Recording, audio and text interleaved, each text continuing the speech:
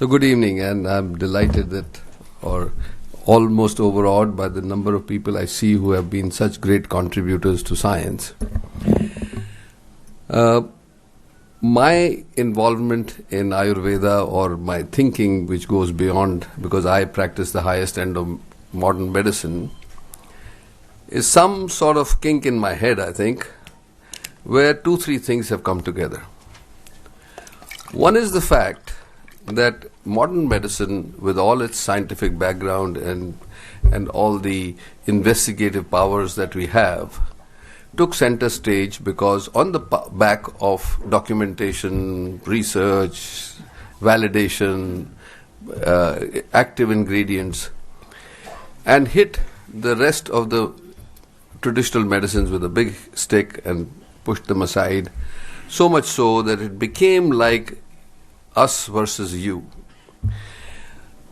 Ultimately, if you go step back a little bit, let's first deal with modern medicine. Modern medicine itself is effective in a large number of disease forms. The therapies are quite well documented. Success rates are high. But the main tenet of modern medicine is that we do 3 things. You say, you have a disease, I will either poison it by antibiotics or chemotherapy, or I will cut it out with very deft surgical skills, or I will then shoot it with the most powerful X-ray beam that I can find. So that means that you have no role to play in your disease or fighting your disease. I will take over and I will do it, and while doing that, I may treat you, I may cure you, but I will do a huge amount of collateral damage. Whereas, if I understand it right, and please correct me because my knowledge of Ayurveda or herbal medicine or traditional medicine is very superficial, it's just a belief, so I will not even pretend, that most of the therapies or herbal remedies are to build your immune system or your whatever system you have to fight the disease, rather than say, I will poison it and kill the bacteria or do other things.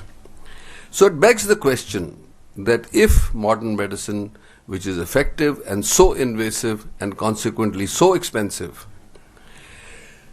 can it find a partner in traditional medicine, where I call it fusion rather than integration or whatever, that can we actually bring the two sciences together and come up with remedies, therapies which are equally or more effective, less traumatic to the human body, and imminently cheaper than what we are experiencing. Because the other big problem with modern medicine is that even if America cannot afford the modern medicine, there is no hope for countries like us where we will be able to provide 80% of our people with that medicine. And the problem goes a little further, because the situation we are in, there are 4 billion people around the world who are even worse off than we are. So that means it behooves us to actually start the search, and in my mind, that search led me to start looking at various things that we could, as low-hanging fruits, as starting points, of to say, are there synergies, are there common elements? Because after all, traditional medicine kept this world alive for thousands of years. Modern medicine has a very short history as compared to that. So that's when Dr. Geeta came into my life, I think 4 or 5 years ago, and we started saying that this is a thought. It's no science behind it yet, no documentation, but let us go down the alley and see, are there areas where we can reinvent medicine. It may be the new era medicine which will emerge out of India and then rule the world again. But certainly it has the potential of providing succor to 4 billion people around us who will never be able to afford the remedies that we are, as practitioners of modern medicine, are propagating or thrusting on humanity around the world. So that was my whole background.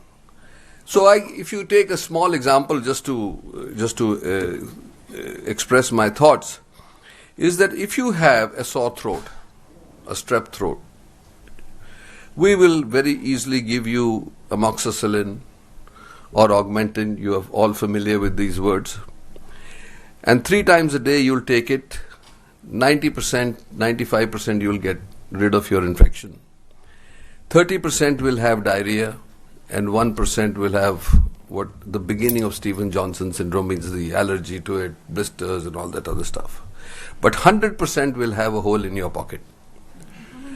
So the point basically is, we have said we will give you an antibiotic which will kill the bacteria. Has no relationship to your body except we are focusing the bacteria and we are doing some damage on the way. On the other hand, if they say there is some simple stuff, some herbal remedy, which says that this, if you use this in conjunction with amoxicillin, you will build the immune system enough to half the dose of amoxicillin, and consequently the side effects fall off and the cost becomes eminently half or whatever it may be. So I think that whole, I have actually gone out to seek alliances with many Ayurveds, because Ayurveda, I thought, homeopathy, by the way, I respect, but I don't understand. I mean, they talk about nano dosage, that you put 1 drop in a tub of water and it will ionize the whole environment, which I don't understand, but I still use it, so I respect it. The point being that Ayurveds, by their previous experience with modern medicine, still don't trust me. None of them, except Geeta, has come forward to say, yes, we will work with you. And some of them are in this room, but I will not point to them. So my point is now, one big success we have got so far is that we, in Parkinson's, not only did we start working with the Parkinson's patients with Ayurveda and found that we could reduce the rigidity hugely by even reducing the medications. Not only that we have an ally in Professor Shintuk from Germany, who we are doing parallel research on both sides. He's taken it up also. So there is very serious work going on in this. But more important, delightful was that there is a government institution, IIIM from Jammu, where they have discovered a herbal molecule which in animal trials or early discovery phase multiplies the efficacy of cisplatin, which is one of the most commonly used cancer drugs, by 2x. That means by you combining these two molecules together, you could actually reduce the dose of cisplatin by half and still have the efficacy. It's going into large animal trials and all that, but early promise is huge. So this is just a small example of what can happen, and I think that it is an opportunity for us in India to actually produce the new answer to this world, because everybody is suffering from the same disease, whether it's USA, whether it's Europe, everybody is going bankrupt with healthcare costs. So I think that's an opportunity, and that's all my thoughts are right now. But anybody and everybody in this room who thinks along those lines and wants to actually explore certain ideas, we'll be very happy to have an alliance with them or work together. Thank you very much.